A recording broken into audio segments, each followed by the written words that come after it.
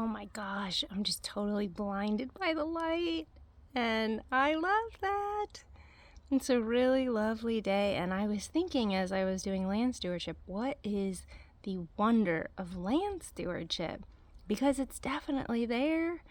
I feel so much better after I do it. I know Steve does. It calms the mind. It gives us time outdoors in all kinds of weather, especially weather that we often shelter from. It's really exciting to go out with a purpose so you don't feel like, oh, I'm just standing here in -10 and just taking in the wind. You actually are doing something and generating body heat.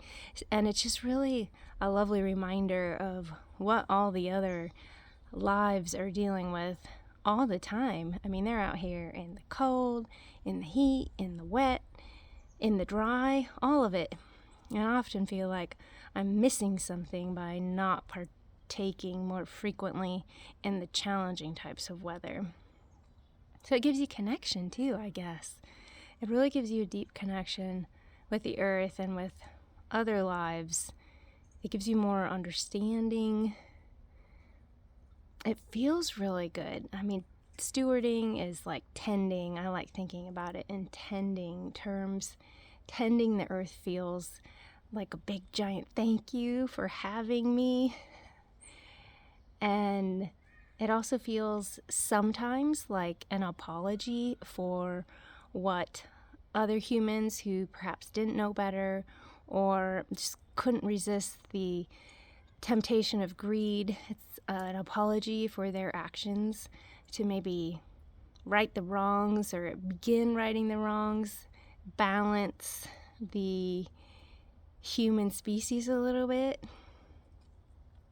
It gets you up close and personal to see things, different seed types, stems that have been worked by woodpeckers, insects that are overwintering in different life stages, where birds have nested all season and you couldn't see, where mammals have decided to cache seeds, where jays have decided to cache seeds, how a little pile of leaves is sheltering a cocoon, sometimes a wood frog.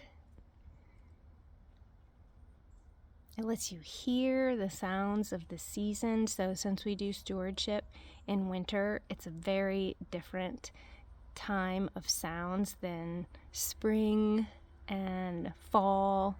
And so it's really interesting to hear who's still talking in winter, who's not.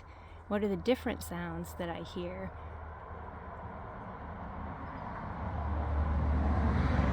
One that I hear right now, besides that car, is chewing. This time of year is the sound of chewing. And it's the red squirrels sitting in these trees, and they're chewing open these black walnuts.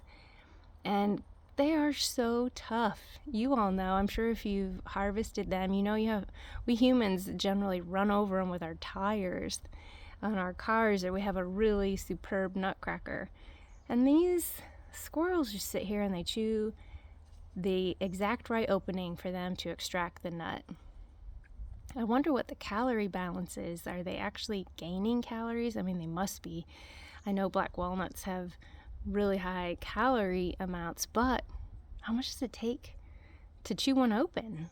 Maybe not very much, because their teeth they're well built to do that. So it's the season of chewing, and it's the season of seeing by the cedar waxwings, the sound that they make. It's the season of barred owls and red-tailed hawks occasionally, especially here, also red-shouldered hawks. I hear a chickadee. So I'll keep thinking on this, the wonders of stewardship, because that was just kind of a stream of consciousness right there. I imagine there's a whole bunch more. I could probably write a lot of pages on that. Let me know what you think.